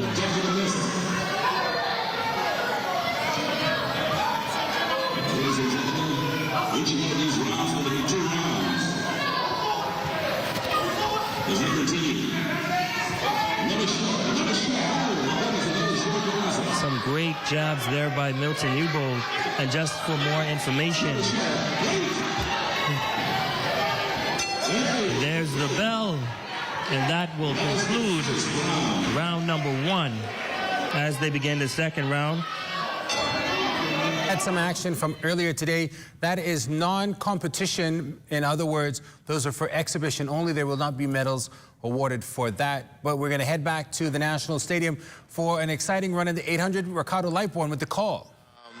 Holding on and still pushing, but right behind him. You can see right now. And then also, Andros also trying to make a run. His legs got it. Give him one. With that leg speed. Finish line. And he may have gotten beat. That was 207. That's smart. Matter of fact, I think the PR. The 207. Holy smoked. That one is kind of too close to call. You're showboating. You're showboating coming to the line. No. It's amazing. You have somebody from Eleuthera at the 800 and the 70 boys. So that's the things you have to look at for a program going forward. Absolutely, and so seeing the kinds of talent, I would anticipate that once their results are all tabulated, and you look at these diamonds in the rough, they can take that and then put it in perspective, and not just as you would have heard, there may be throwing camps coming up. Runners as well, as far as going to the islands and holding events, whatever, and we can see if that all pans out and see how it goes. But what a good run there by the young man from Eleuthera, and also from Andros coming in there as well and making some things happen. Ferguson, he made a good run, and see how he's able to make sure that everything goes as planned. Interesting day that we've had here as far as track and field. We've seen a number of events here this morning. We had the shot put and the javelin throw for the under-17 girls. We've also seen the men's shot. That was a pretty good one as well. They had that earlier today. And also the boys under-17 shot put. We had it earlier today as well. The weather are now becoming a major factor as far as our competitions. We had the hurdles earlier as well. And so we've seen in the under-17 javelin, we can tell you that Kamara Strawn of Andros was able to win that one. And from Abaco, Beatrice Brown gets the silver, and the bronze goes to Luthra Shanae Pierre. So that was earlier. And also in the under-17 shot for New Providence, Jalen Stewart, 13.68. And then also Ruben Bay. Now we go to heat number 2 of the boys, 800 meters. And your lane assignments for you in this one is going to be ramming from Michael, Dean from Long Island, Caleb Bowles from Columbus Isles, Armando Colby of Exuma, Brandon Darville from Berry Islands, Cameron Newton from Andros, Eleuthera, Thompson Petfair, and also Jerome Russell of Abaco, and Martin Ross of New Providence. Those are the athletes that's scheduled to be in this one. And let's see what they're able to do here as they make their way. Now they have to beat 207. And beat 207, that's right. Because remember now, these are timed finals. And so you will have to see how they're able to run. And very quickly, going out front, Columbus Isles, making something happen there. That's Bowles. And also from Eleuthera, that's Thompson, who is up there, nose 2, making a run of this thing. And so everybody looking pretty good at this point here. Let's see if they're making some things happen. The guy who was running in the third, Long Island. He's running far from the back, and he's trying to make up too much ground. That's not good. It's better to keep up than to catch up. Shane Dean Jr. from Long Island. Oh, wow. He looks pretty good. He ain't trying to let them go. And the Columbus Isles is, that's Caleb Bowles, who is back there running. And so let's see what happens here. Eleuthera Pettifier as leading. His coach probably told him not to let them go. Yeah, there you go. But he let him go from the start. So that's the now he's trying to catch up. And that's too much ground to catch up. And now looking a little figure out where everybody else is now fatigued. The thing is, if you're going to catch up, you got to keep that momentum going. When you slow down, you won't be able to get back up there again. Yeah, Tom's son, and also Shane Dean Jr. Shane Dean Jr. now getting ready to look like he wants to put on a race here. In my generation, this would have been Dwayne and Casey battling it out, or Audley. The guy who ran up to try to catch him, he should have went over there. Yeah, and that's it. He had plenty of energy. Dean. Once you let up off that gas, Shane Dean now is up front here from Long Island. Shane Dean Jr. from Long Island, looking pretty good. It's so exciting to see. And he's now running. Long Island. But, Tom Sanders from Eleuthera, he's not going to give up. 7. They got some heart. 9. Respect that. 10. Conducting the choir a little bit, but there you go. 214. Good run. See, you could work with somebody like that. And to the back of the pack. There you go. You know? Congratulations. You come into Nassau, you can work with somebody like that, you know? Back of the like pack. you said, diamond in the rough. Yep. 2:07 was the faster time. Again, remember now, they're time finals. And so they'll have to work out the times on this and figure out exactly who did what, where, and how. And this is the advent of the games, where you can get together, congratulate everybody, make some things happen. And let me tell you, this kid had a good one, Caleb Bowles from the Berry Islands. If he had gone out early and stayed with the pack, he would have been up there, but he didn't. So he had to pay the price for that. He paid the piper. Yeah, there's the final leg. And that's Shane Dean Jr.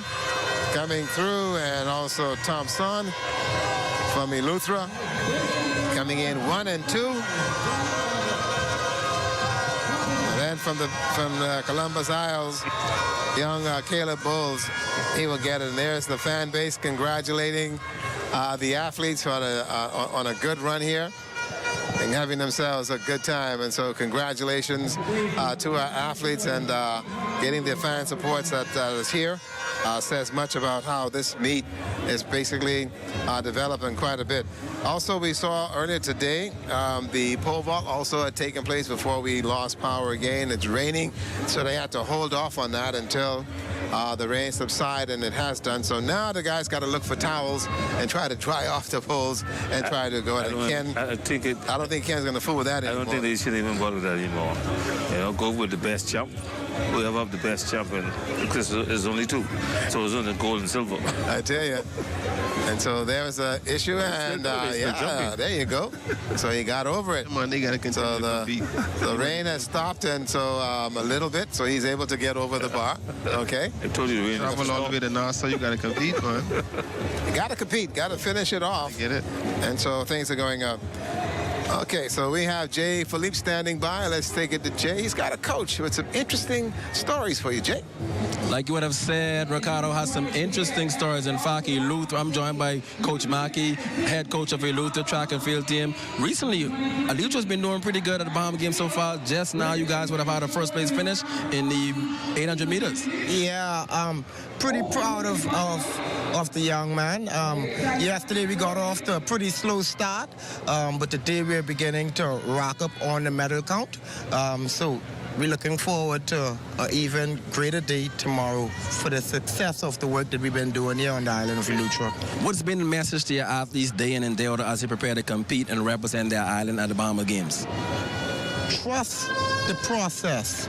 The work that you put in, you deserve to be here. Just come out here, have fun, and do your best. I mean, it sounds good with me saying that on television. Certainly, I'm saying something totally different behind the screens. But the bottom line is to come out here and have fun, but trust the process. Can we expect Eleuthera to field some athletes for the relays, up-and-coming relays? Yeah, they've been doing some surprisingly good things today so far, so I'm expecting them to do some good things inside at least two of the relays, but I'll keep that hush-hush. But a movie about to happen, Eleuthera to the world. There you go, Coach said the movie's about to happen. We'll see what happens in the final 800 meters, and the relays coming up. Back to you guys, Ricardo. Thank you very much, Jay. We now get ready to go to the women's 800 meters. This is the open division here. We have in this one the athletes. We have Kiana Roberts representing Eleuthera. New Providence has Izia Maycock. Grand Bahama has Treasure Burrows in this one. Abaco's Trinell Robinson. Andros represented by Paris Augustine. And Eleuthera has Sameka Dawless. So the Columbus Isles with Jasmine Mackey, and Grand Bahama also with Crusader Thompson. And those are the athletes in the open women's 800 meters, which is kind of interesting. And here we go. And they will now start off. Wet conditions here at the track, as these young ladies will actually commit to 2 laps. And going out very quickly, that's Jasmine Mackey out there in the front. But after they do break to the inside, you'll get a better viewpoint of exactly where the athletes are at this juncture in the race. And there you go, and making a good move on the inside from Grand Bahama, Treasure Burrows. And so now things begin to become interesting. We'll see here how this first lap go. Yeah. And so everybody now box up, see who's going to be the rabbit here, and see what happens. So there we go. The first 4 looking pretty good, pretty strong here. Grand Bahama Treasure Burrows and also Crusader Thompson. And in the mix right there, it's going to be Dorless. And also from the Columbus Isles is Jasmine Mackey. So those 4 have taken off, and let's see what happens here with 1 lap to go now. They'll get that once they do cross the finish line, and there we go, 1 lap to go. 68, pretty fast. Not this used bad. to be unique rules event in my day. Was another young lady out of Long Island. And Long Island's always had a number of very good runners, and so we've always seen them do a lot of work. And here are the 2 Grand Bahama athletes running together. When I ran the 800, Audley had already kicked. We was just going for it at this point. Back and forth. And running and going for it to see what happens. Like every 50 minutes, he kicked again. Audley, there you go. Burrows and Thompson. They about to go. And they're still out there. Let's see what happens here. Who wants it? This better endurance. And it looks like Thompson now is going to make a move here. Looks like Thompson, but Burrows is right there. Thompson on the inside, Burrows on the shoulder. Let's see what happens here. Thompson on the inside. Who wanted the most? Looks like Thompson. It's going to stay like that. And it looks like Thompson's going to be the one that's going to win this one. So Thompson and then Burrows. Not bad.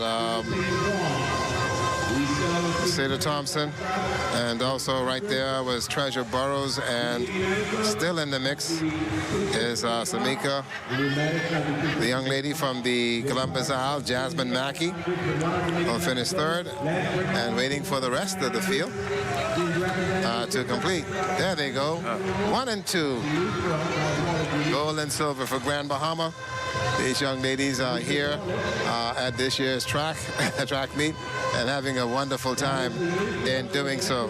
That's the women's 800 meters. The men is going to actually have 2 heats in this thing and to go from there. So day 2 of the competition, little bit of water to slow us down a little bit, but the bottom line here is that the athletes are out here and competing and are giving their best for their island skies. This is wonderful because now they can go back and say, I competed for my family island. I did my best, especially the ones who wear the medal. They could go, they could have a big parade in the airport with your medal. There you go. When school opens in September, you could go back to school and show off your medal. You're the Bahamas champion. Bragging rights. Bragging rights. And I want to also keep in mind, I know a lot of people have been, there you go, from Eleuthera. I think one of the athletes did not complete it. I think this is going to be Dorless. Don't play. Yeah, this is Dorless. I want to make sure, no, sorry, that's Roberts. That's Kenya Roberts. So I want to double check and make sure that she's okay. And so the medical team checking on her and make sure she's okay. We don't know what actually transacted as far as she's holding that left hamstring. So I think they're going to have to be very, very careful in terms of how they handle her and see what happens here. And so they will put her in the chair. Okay, there you go. And so the medical team will take care of the young lady from Eleuthera. That is Kenya Roberts. And Jay Philippe is standing by. He has got the winner of the open 800 meters. And Jay, let's hear what she's got to say. Yeah, I'm joined with Cassidra Thompson. She seems a bit fatigued right now. She said to give her a minute, but I cannot allow her to go too far. Cassidra, congratulations on being the Bahamas Games Open Women 800 meter champion. I know that you attend Jacksonville University, just completed your freshman year, but how does it feel to be the Bahamas Games champion? I mean, it feels amazing, I guess. Start of the season, I got hurt during indoors, so that kind of confused me on how the rest of my season was going. And I'm in off-season training right now, and so I'm excited that I got the opportunity to come out here and compete. A lot of collegiate athletes opted not to compete at the Bahamas Games for whatever reason, but you wanted to represent your island. What made you wanted to compete and be able to come out there and do it for Grand Bahama? Well, it's mainly because I want to see where I'm at. I'm also a cross-country runner, so it's never too bad to see where you're at before the season begins. There you have it, Thompson, the 800-meter Open Women Bahama Games champions. Back to you guys. Thank you very much. And as we get ready to go to the men's race, they're going to have 2 heats in this. The men's open 800 meters. And the first heat, you'll have Tingris of Abaco, Turnquest running for Long Island, Paul for Bimini Berry Islands, Robinson for Grand Bahama, also Kevano Smith for Columbus Isles, Trevor Rodriguez from Exuma, Joel Forbes of New Providence, Adrian McPhee of Eleuthera, and also Kinsey Knowles of Andros. And those are that's in the first heat of the 800 meters. She said something very, very important. The fact that she's now in the off season, so she just wanted to run and be able to get some work in and to go from there. She's a very lucky lady. When we was in school, they ain't let you come home. Yeah. They keep you during the summer. Right, and like she say, she ran cross country also. So training never stopped for distant runners. Because now she is in off season. She came home and she competed, and she going back in September. We had a cross country season start. Then she got indoors, outdoors. So she have a long season. So it never stopped for distant runner. I tell you, I marvel at you guys in that cross-country foolishness. You can keep that. It were the days. Listen, going to Miami Northwestern High, and you were a soccer player, basketball player, and even in track and field, you had to run cross-country. Yeah. Louis Bing will put together 3 cross-country teams and take us, and we used to have to go out there into Hialeah, Miami Lakes, and them golf courses. Yeah. Alligators passing by and you passing by. So usually I tell you, here we go, ladies and gentlemen. This is heat 1 of the 800 meters, and very quickly, Joel Forbes out front. Joel Forbes is the record holder now. He broke Chris Brown 25-year-old record. There you go, and he is gone. Yeah. Joel is running like crazy. He is flying, and he's making everyone chase him. And he's off to a rocket start, and he's looking ahead, looking at the clock. Looking comfortable. And he's very comfortable here. The 800 meters, very lean young man, and a good stride. They got a lot of work to do. That's what you call a great half miler. Nice, slim, you know, first lap. He's looking good. Let's see what he does. 53. Not bad for the first 400 meters, and now he needs to carry the speed and maintain it. Everybody else is going to be running from the back and see what they want to do there, but he is running exceptionally well. Here comes everybody else. Andros, Abaco, everybody in the back. But this is a storybook event here. No, he's pretty smart now, because the next guy in the next heat ran 153 last week, and he ran 152, so he have to run a fast time if he won't win overall. That's right, running by himself right now. So Joel Forbes making a good run. Now he needs to bring it home. 131, and so he's got to get off this bend and carry the speed. And here he comes, ladies and gentlemen. Pump the arms. Now he's getting those arms and being able to drive. And so let's see the kind of time that he's going to put on here. 147. He needs to come hard. Strong.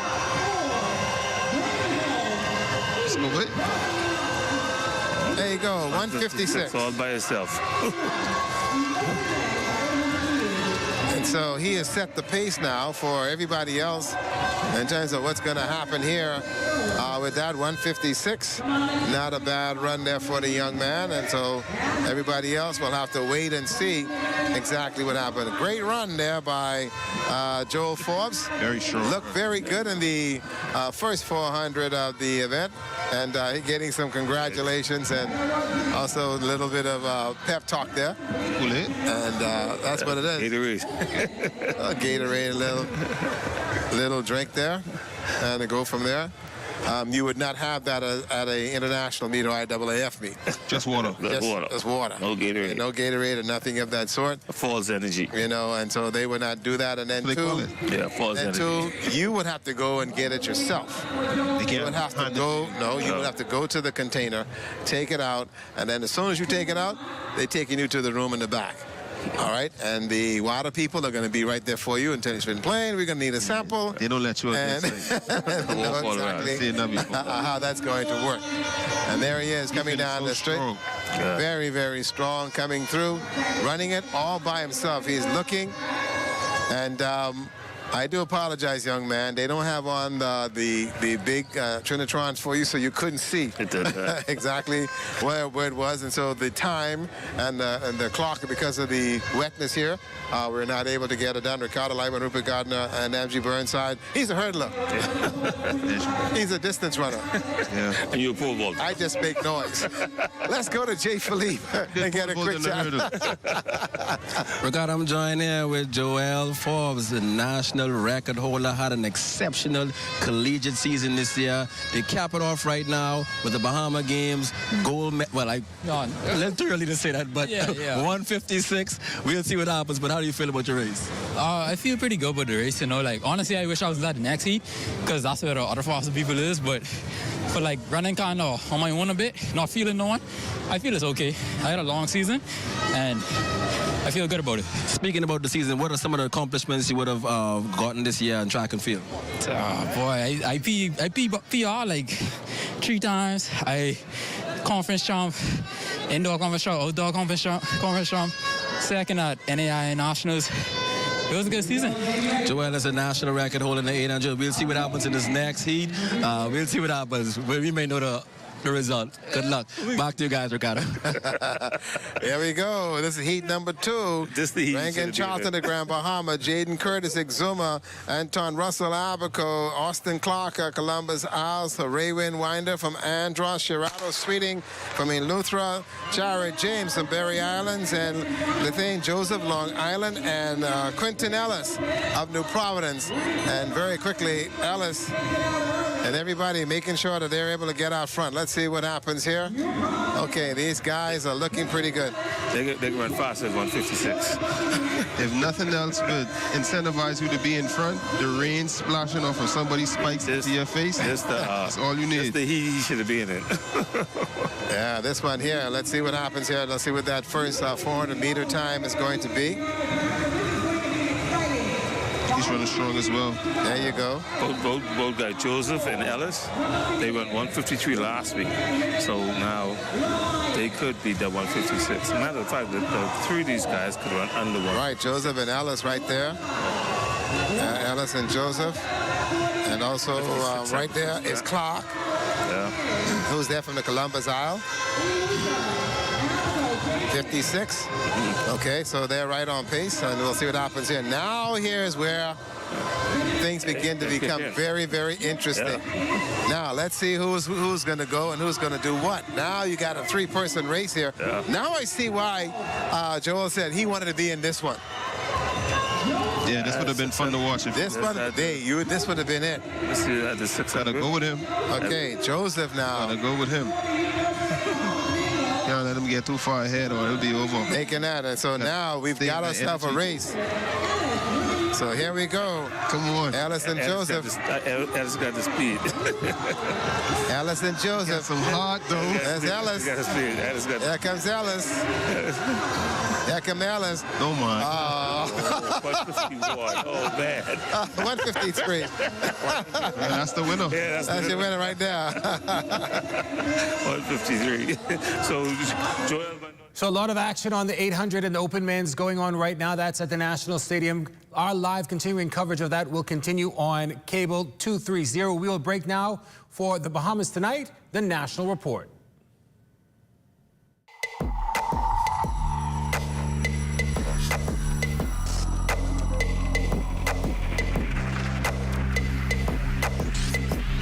You're watching